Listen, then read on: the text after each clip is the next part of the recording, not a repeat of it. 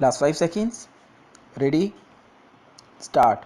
A vibrant capital market is essential for providing the much needed funds for our infrastructure sector. Infrastructure projects need long term funds, which in turn require a deep and well functioning debt market. With a view to modernizing the debt market and introducing paperless trading in this segment, also government proposes to abolish stamp duty on transfer of debt instruments within the depository mode. Lately there has been considerable debate on the importance of good governance of Indian corporates. It is increasingly being realized that if investors have to be drawn back to the capital market, companies have to put their houses in order by following internationally accepted practices of corporate governance. This is necessary to enhance investor confidence. To help promote this trend, I propose to institute a national award for excellence in corporate governance. The Deepak Parekh committee appointed by the UTI has made wide-ranging recommendations, including for restructuring of the US 64 scheme and for granting tax incentives.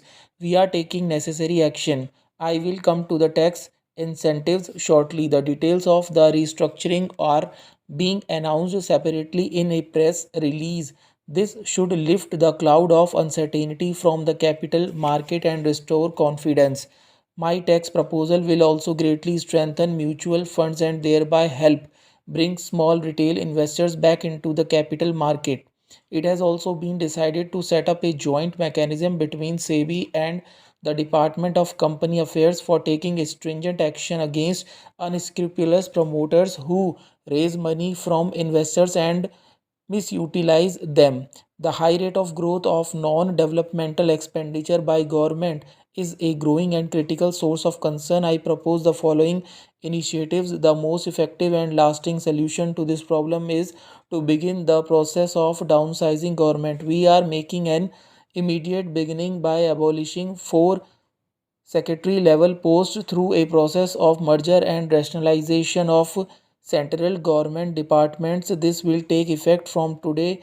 To carry this process forward in a systematic way towards reducing the role and the administrative structure of the government, we will constitute an expenditure reforms commission headed by an eminent and experienced person. In preparation for the next budget, I propose to initiate a system of zero based budgeting to promote transparency and curb the growth of contingent government liabilities. Government has taken measures. Government strategy towards public sector enterprises will continue to encompass a judicious mix of strengthening strategic units, privatizing non strategic ones through gradual disinvestment or strategic sale, or devising viable rehabilitation strategies for weak units. The disinvestment program of the government draws primarily upon the recommendations of the Disinvestment Commission. The Commission has so far submitted 8 reports containing recommendations for 43 public sector enterprises. These recommendations are in various stages of implementation. Government will be referring more PSEs to it for its valued opinion. In 1999-2000, I proposed to raise rupees 10,000 crores through the disinvestment program.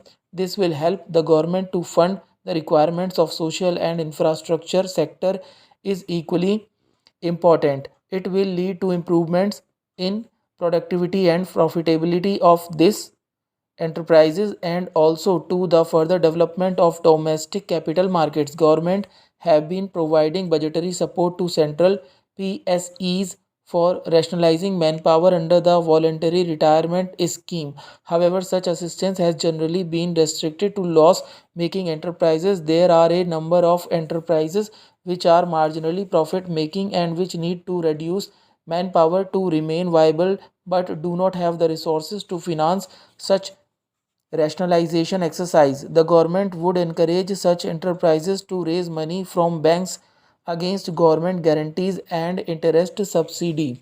In order to reduce the burden on the budget on account of the implementation of VRS, government will also encourage PSEs to issue bonds to the workers opting for VRS. Government will guarantee the repayment of such bonds and also reimburse fully the interest payments. RBI will be requested to issue necessary instructions to banks to accept bonds as collateral for loans to workers who may need assistance. The need for timely and reliable statistics for policy formulation and planning cannot be overemphasized. There is reason to believe that with progressive dismantling of the system of economic controls, the quality of data flows has weakened. Government has decided to establish a national statistical commission to critically examine the deficiencies of the present statistical system with a view to recommending measures for a systematic improving of the system. We stand today at the edge of the second millennium. We must therefore prepare for the opportunities and challenges of the next century and millennium. It is time to seriously debate and decide on the second generation reforms that we must put in place to make India economically strong and fully capable of competing successfully in the evolving world order. To further this process, I plan to bring a discussion paper before Parliament. Honorable members would recall that during the budget discussions last year, the dilemma faced by railways, whether in view of shortage of resources, the railways should continue to satisfy the demands for new works or they should consolidate the rail infrastructure and give greater priority to safety and modernization was discussed. A policy level decision on this subject has now become essential in the status paper and white paper. Also, it has been brought out that even now we have a large number of old pending projects.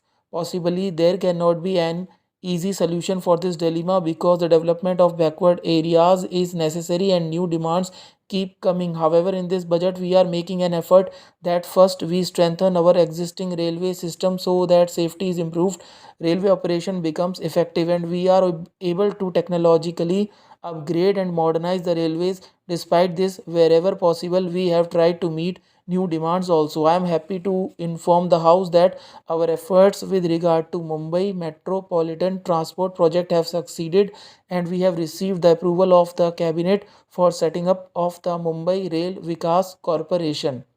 As far as the ongoing projects are concerned in New Mumbai, the doubling of Belapur Panvel line and construction of Thane Turbi Nehru Vasi suburban corridor are progressing satisfactorily. In Mumbai, the work of Santa Cruz Borivali fifth line is also progressing well. The work of second phase of the fifth and sixth lines between Kurla Thane will be started as soon as necessary clearances are received.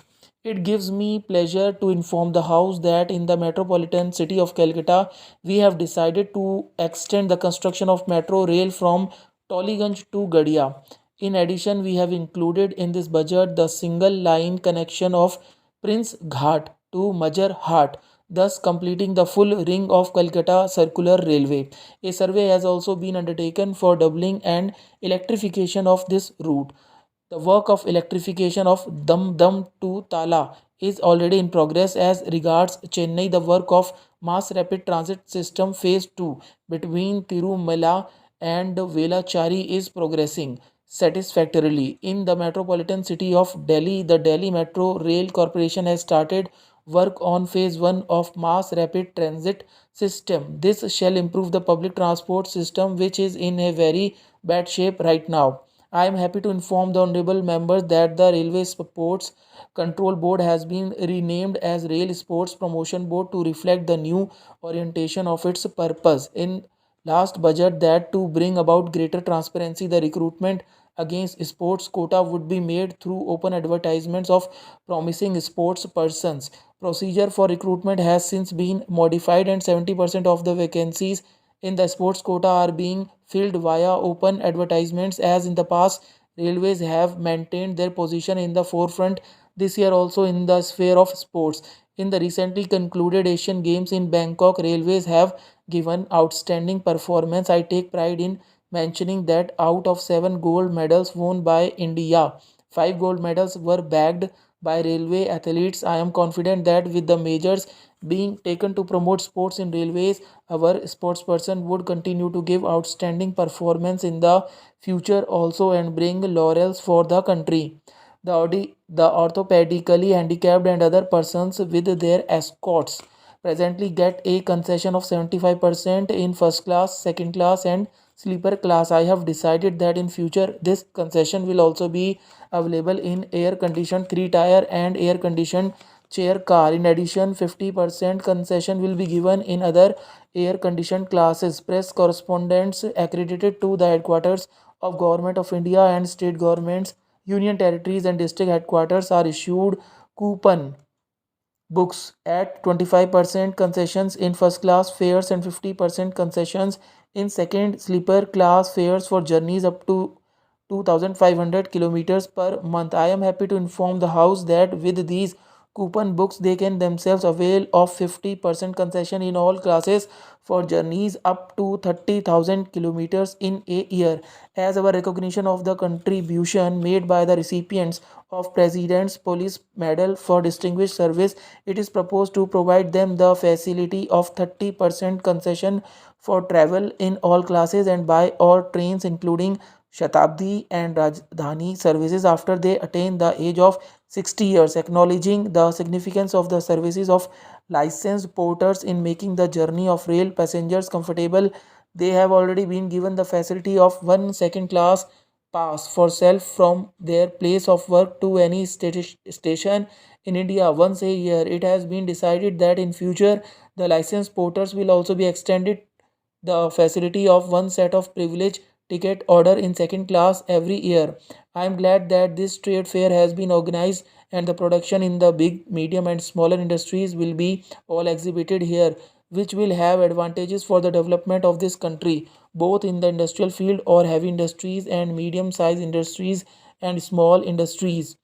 More particularly, it should be useful in focusing attention on all engineering fields which will be adapted for improving the instruments used for cottage industries and small village industries in the rural areas. We are focusing our attention on these at present in order to see that 80% of the population which lives in the rural areas has a fair deal for development and gets necessary encouragement and assistance for making the rural areas prosperous and happy. Agriculture requires attention on a priority basis, but there too, on engineering skills are very vital, not in a very complicated manner, but in a manner which will enable the ordinary farmers to utilize modern technological skills, would lead to more production and lowering of cost of production. We have traveled far from what we were in 1947 when we became free. We were producing hardly any engineering goods of any importance at that time, so much so that we had to import even for the spindles or the spinning wheels which we were using at that time. Even pins were not manufactured, and the mills which were running or the railways which have been running for decades in this country were dependent on imports for running them. We have traveled from that position to a much forward position where we are able now to produce all kinds of machines, not everything, but many things which we require in a matter of textile mills or railways, or even for the manufacture of steels or cement or electricity production. And this fair will enable those who have arranged the fair and those who are engaged in the production of engineering goods stop